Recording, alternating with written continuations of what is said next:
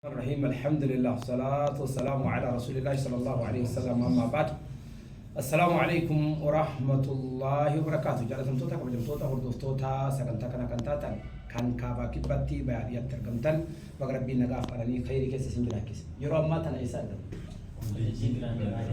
كوليجي جراندي فالي كيسا ترقم كوليجي جراندي فالي جيشون مادة أوميشا حيوتاتي مادة أوميشا حيوتاتي روجل كوليجين جراندي فالي جمان كيستي إنهم ديفامي كارور إسا كايون إسا بؤور اللي مالي كنجرو أستاذك إنه أستاذ ثابت هدون وري نانو جمع كوني نم نساء ولا اللي جرنا تنفكرني هذا وتنام نندي بيبو كبا نما قودا أكتر قودا تيكو فسنتاني دين كيست اللي نما حافظة دي قرآن ربين إسالة فيسي أمة الإسلام هو قناة درجة قودا فندورة أباتي بيتشايد اللي كوليج اللي سنجار أما برا هوسبيتالات صدر كاجل كابالي جيني كإلمنتري ولا يونيفرسيتي قد تاجرة وأنا جاي برا رجع أنا كجمع ده نام ربي التماني كا ربي التمانو كوفاسونتاني سامني كون ilmi saba kana kamu itti amana jechani ni ada no saba kana ko hamiti to bangu tunu itti amana ni gammatti jechana abdirra qaba yo sada kina sabi manu jetta mo isani segaso inshallah kolleejin Grand Valley magaalaa Jimmaa keessatti kan hundaa'e kolleejiidhaan duratti karoora from KG to University jedhuun mana barumsaa sadarkaa jalqabaarraa kan jalqabne jechuudha. Xiyyeeffannoo keenya barnoota irratti kan goone hawaasni keenya kan miidhamee ta'e barnoota dhabuudhaan kan jedhurraa kan ka'e barnoota immoo faarsinu kana faarsaa turre iskuulirra yeroo jiru daawwaan nutti godhamaa ture barachuun gaariidha bareedaadha jedhamaa ture barnoota kana barnoota qulqullina qabu barnoota qofa miti immoo ammas naamusaan kan dabalame jechuudha barachuun qofti bu'aan qabu barataa naamusa qabu dhaloota naamusa qabu oomishuudhaaf waggaa 20 har'aa 30 har'aa dhaloota bareedaa sana arguudhaaf maal gochuu qabna ofii keenya jalqabuu qabna mana barnootaa keejirraa jalqabnee jechuudha jalqabuu qabna jennee keejirraa jalqabnee hanga kutaa 8 mana barumsaa sadarkaa jalqabaa hundeessinee amma barsiisaa jirra itti aansuudhaan barattoonni immoo sadarkaa jalqabaa xumuran kuni eessa dhabu sana booda itti rakkanneerra itti taa'amneerra itti cinqabneerra garuu sana booda bu'aan wanti itti xaarame suni kasaaraa ta'uudha waan maloo hidhaa cinaatti immoo kolleejjii ijaaruu qabna jennee kolleejjii hundeessine jechuudha. Kolleejjiin Grand Valley yeroo ammaa magaalaa Jimmaa keessatti bakka lama kan jiru yoo ta'u aanaarra torbaa fi barana immoo limuutti jalqabuudhaaf sochii irra jira jechuudha. Kolleejjii kana hundeessine.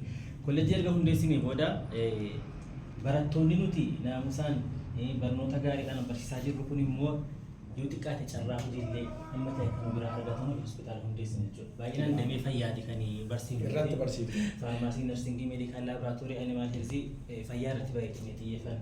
Amma barattoonni keenya hedduun isaanii nu biratti qaxaramu jechuudha. Hospitaala sanatti yaaliillee achitti bahu achitti hojjetu jechuudha. Gaafa kana hojjennu mana barumsaa sadarkaa tokkoffaa irratti biizinasii qofaaf miti. Uummata keenyas gargaaruuf. Amma namni keenya sheekoleen baay'een birrii maallaqaan qabamu. Yatiima jira haadha hiyyeessaa jirti waan ittiin barsiifatan kaffalanii hin qaban jechuudha. Kanaaf karoorri keenya nama waa tokko hin qabne nama rakkatee dhufee sababa rakkinaati akka inni barnoota hin dhabnedha. Kanarraa kan ka'e amma sa'aatii kanatti barataa 151 bilisa barsiisaa jiru jechuudha. 151 bilisa barsiifa. namni asii baratu amma laal ofii baratu qofa osoo hin taane mallaqni isarraa fuudhamu tun saba isaatiif biyya isaatiif ummata isaatiif tajaajilaa jiraachuu mallaqni kolleejjii kan akka falamu warrooti maafoo taa'u kana fayyadaa hin jiru biyya isaa ijaaraa jira kennaan isaa inni kafalaa jiru sun kafaltii qofa osoo hin taane gosa dhaqabatti illee niyyate humaa waan ajaa'iba. Mana barumsaa sadarkaa jalqabaati inni kuni inni 150 kuni mana barumsaa sadarkaa jalqabaa sana irratti akkasitti barsiisaa jirra. Sana malee barattoota kan qixxee qofa kaffalantu jiru. Walakkaa kaffalantu jiru jechuudha. Haala kamiinuu haa ta'u sababa rakkinaa namni kamiyyuu barnoota irraa deebi'uu hin qabu. Bu'aa tokko irraa argannu mana barumsaa kanarraa jechuudha. Wanni achirraa argamu barsiisotaaf kaffalee kiraayii manaa kaffalee yoo cufe jedhe gahaadha. Dhaloonni itti baratu jechuudhaan akkasitti barsiisaa jirra.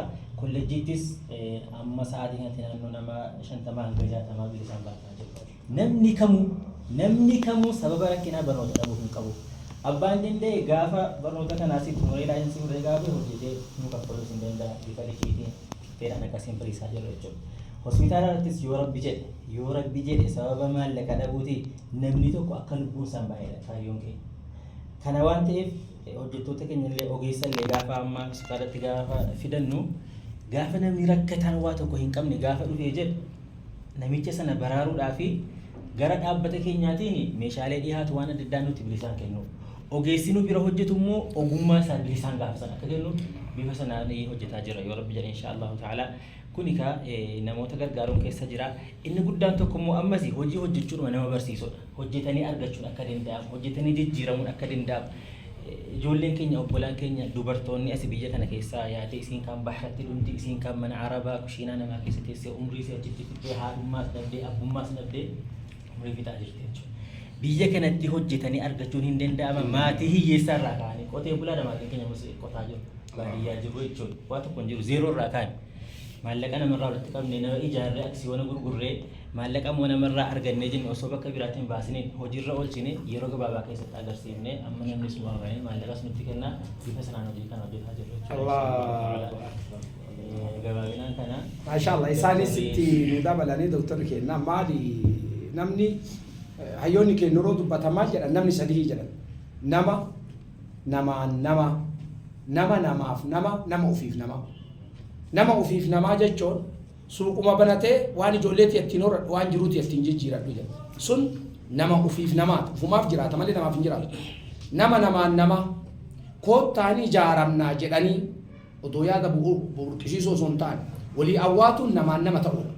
Namaaf nama namni keenya barsiisuus danda'a, barattuus danda'a, yuunivarsiitii ijaaratuu danda'a, mana yaalaa ijaaratuu danda'a.